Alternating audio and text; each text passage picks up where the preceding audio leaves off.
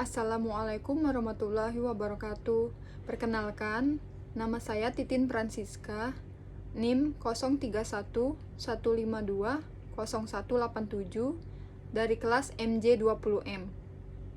Saya akan menjawab soal dari mata kuliah Fikih Muamalah. Yang pertanyaannya nomor 1, jelaskan dua saja perbedaan antara jual beli murabahah dengan bunga yang Anda ketahui. Sebelum membahas lebih lanjut, saya akan menjelaskan pengertian tentang murabahah terlebih dahulu. Secara bahasa, murabahah berasal dari kata ar-ribu, yang berarti tumbuh dan berkembang.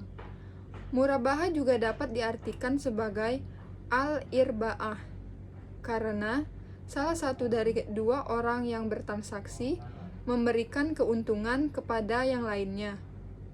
Kemudian, secara istilah, murabahah adalah jual beli dengan harga awal disertai dengan tambahan keuntungan. Misalnya, dicontohkan ada seorang penjual yang sebelumnya ia membeli barang dengan harga awal 100.000 dan mengambil keuntungan sebesar 10.000. Ketika ia menjualnya dari harga awal tersebut, sebagaimana dalam fatwa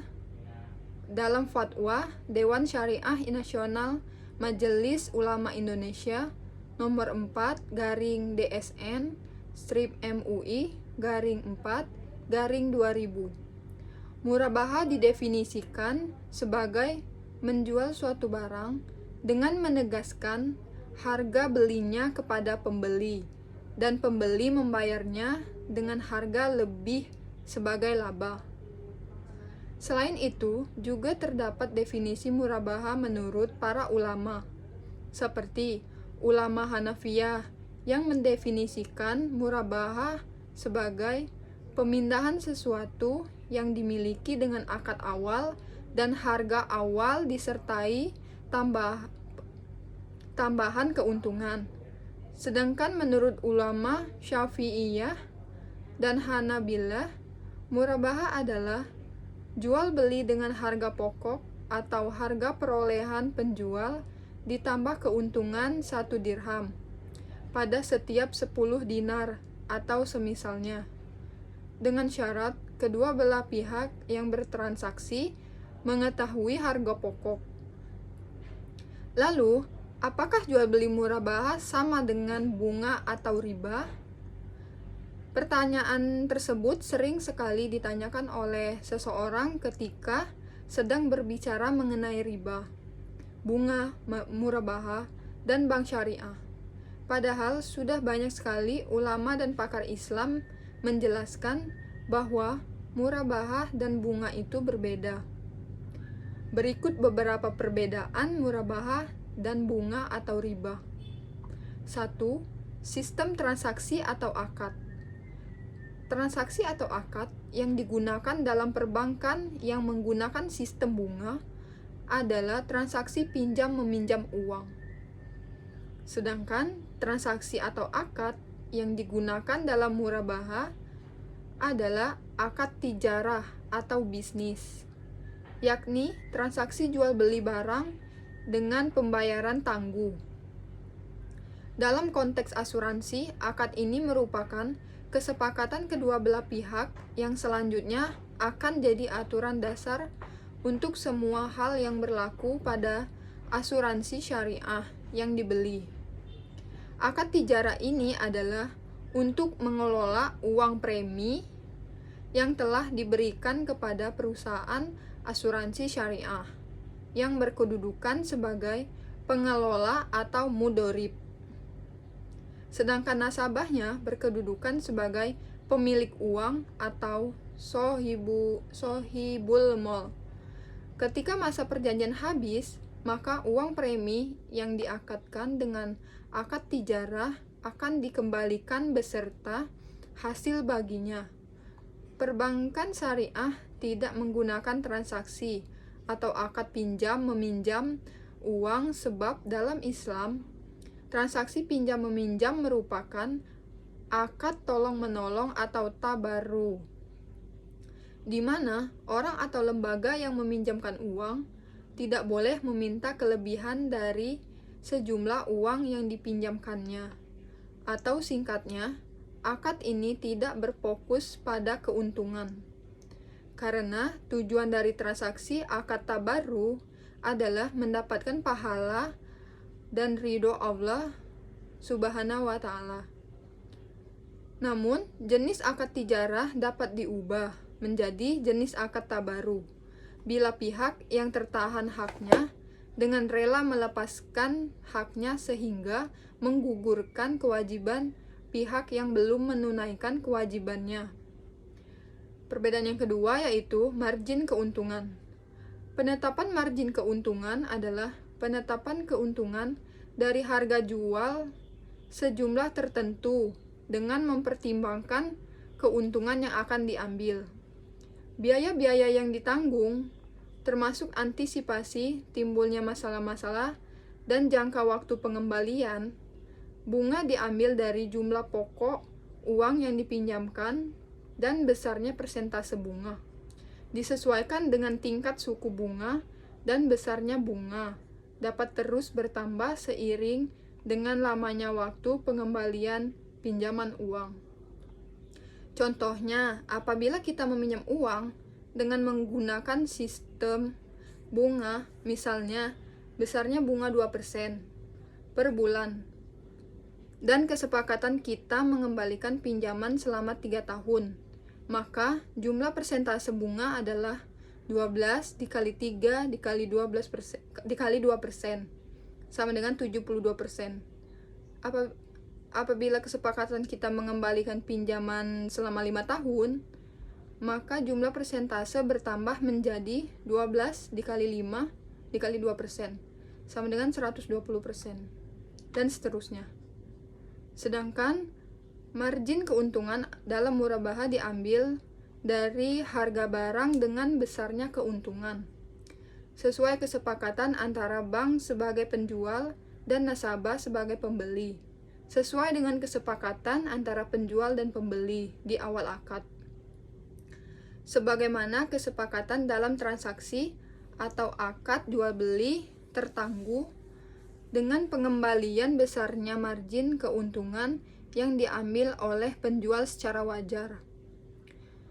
Dalam jual beli murabahah juga disyaratkan agar mengetahui harga pokok atau harga asal, karena mengetahui harga merupakan syarat sah jual beli.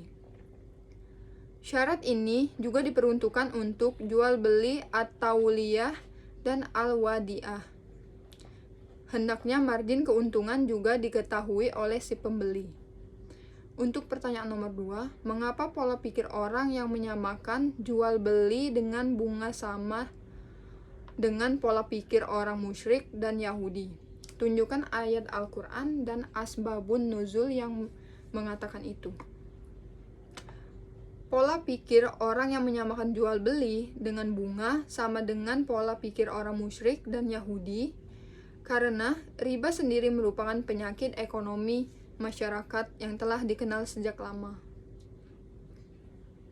dalam peradaban manusia. Bahkan diperkirakan riba telah ada sejak manusia mengenal uang. Riba dikenal pada masa peradaban Fir'aun di Mesir, peradaban Sumeria di selatan Irak, Babilonia dan Asyuria di Irak, dan peradaban Ibrani Yahudi. Al-Quran menjelaskan Bani Israel, umat Nabi Musa alaihissalam, melakukan riba dan Allah Subhanahu wa Ta'ala telah melarang mereka memakan riba. Allah Subhanahu wa Ta'ala berfirman dalam Quran surah An-Nisa ayat 160 sampai 161 yang berbunyi,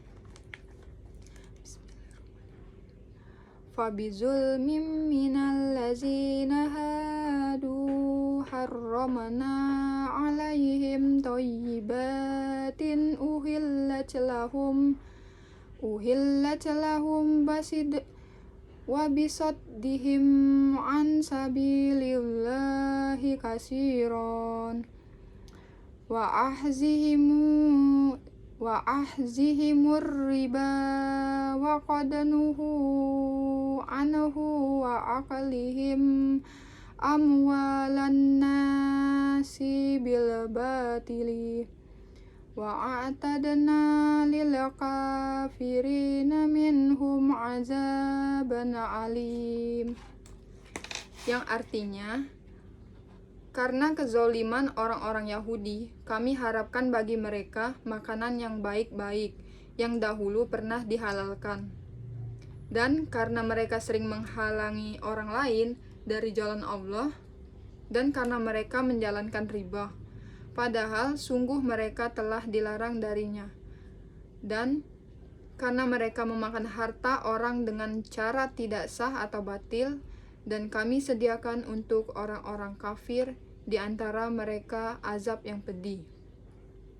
Selain beberapa peradaban di Irak, bangsa Yahudi memperluas dakwahnya dalam memperkenalkan riba kepada bangsa Arab penduduk kota Taif dan Yatsrib, sekarang Madinah di semenanjung Arabia.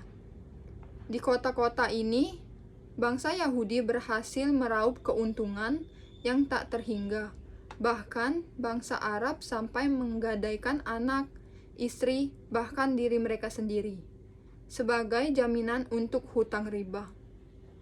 Jika mereka tidak mampu melunasi hutang-hutangnya tersebut sebagai jaminan, maka mereka akan dijadikan budak oleh bangsa Yahudi.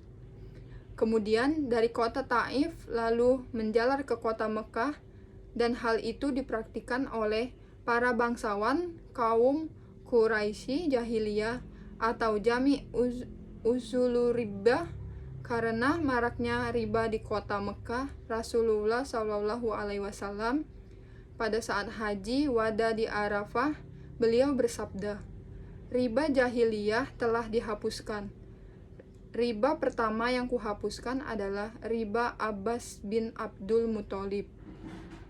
Sesungguhnya riba telah dihapuskan seluruhnya. Haji riwayat Muslim. Baik, terima kasih. Lebih dan kurang saya mohon maaf. Saya akhiri. Wassalamualaikum warahmatullahi wabarakatuh.